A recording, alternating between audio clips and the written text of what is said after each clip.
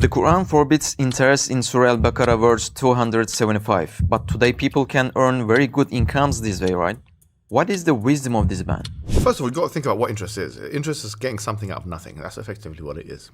You know, we're not dealing with commodities here. You're not dealing with something which you're trading, which has intrinsic value. Interest effectively saying, okay, I'll give you 1 gold bar for 2 gold bars. You know, so it's using a disadvantage that one of the parties have, which is, let's say, for example, the lack of capital, in order to try and increase an advantage that they have. And this is a problem for many different reasons. Number one, it increases the distribution, which is referred to in economics as the Gini coefficient, like the distribution between rich and poor. It exacerbates that distribution. And the Quran says, حَتَّى لَا تَكُونَ دُولَةً بَيْنَ الْأَغْنِيَاءِ مِنْكُمْ, for example. It's mentioned that, so it doesn't become something which is, money doesn't become revolving around only the elites amongst you, in chapter 59 of the Quran. So and we know this from modern societies, like bankers have the most money, I mean, some of the most money in the entire economy because of this exploitative system. They're taking advantage of people in weaker positions. So that kind of thing is outlawed. Okay, that number one.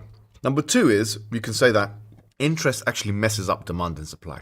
Because what is demand and supply? Like, for example, if I say this phone here, what is its value? So we say the value, let's say $800. How do we know that? Because the price of a good goes up and down based on how much is demanded and how much is in supply. So if it's demanded very high but it's in low supply, then the price goes up. Very basic economics, which is known, by free market economic analysis, right? But if you put interest on this thing, it's manipulating and it's ruining the process of demand and supply. Because now you have an inflated price for this thing. If I say, I'll give you this plus interest, I'll sell this to you plus interest. So now we don't really know the value of this thing, because we're talking about, there's two kinds of value. I mean, even Karl Marx mentioned, there is the intrinsic value of something, and then there is the market value of something. Well, I'm talking about market value. Interest messes up the market values of different commodities. And so therefore it inflates prices. It inflates prices more than it should be inflated. So it leads to inflation. So interest leads to inflation. It leads to messing up of demand and supply, gives you the wrong kind of pricing, market prices for things. It's exploitative. It gives you something for nothing. In addition to all of that, I mean, if you think about interest, you could argue, and I would make the argument, that it actually contributes to boom and bust. Because if you look at the economies in West, for example, in America, in England, and all these kind of France and these kind of things, they have very high levels of economic growth, followed by very low levels of economic growth, of stagnation, and what they call even depression.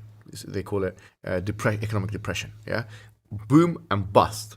Why is this happening? Because it's not sustainable methods. I mean, if you look at 2008, when the crash happened, as a case study, it was to do with lending. It was to do with interest rates. It was to do with banks getting hungry and giving loans to people that they couldn't pay back because of the interest rates. That was a contributing factor, and because of that, the economy plunged. So everyone, including the rich people, suffered. But if they had controlled themselves and lent in a proper manner, in the Islamic friendly manner, then boom and bust wouldn't be so unstable. There would be more of a flat line. Maybe, I'm not saying it would completely solve boom and bust, but I'm saying there'd be more stability in this regard. So people can decide to get rich quick and then get poor quicker, or they could decide to keep a more sustainable level. And I think interest, what it does, is the first option rather than the second. For all these reasons and more, interest rates could be said to be, a detriment to the economy and to the society and to the individual as well.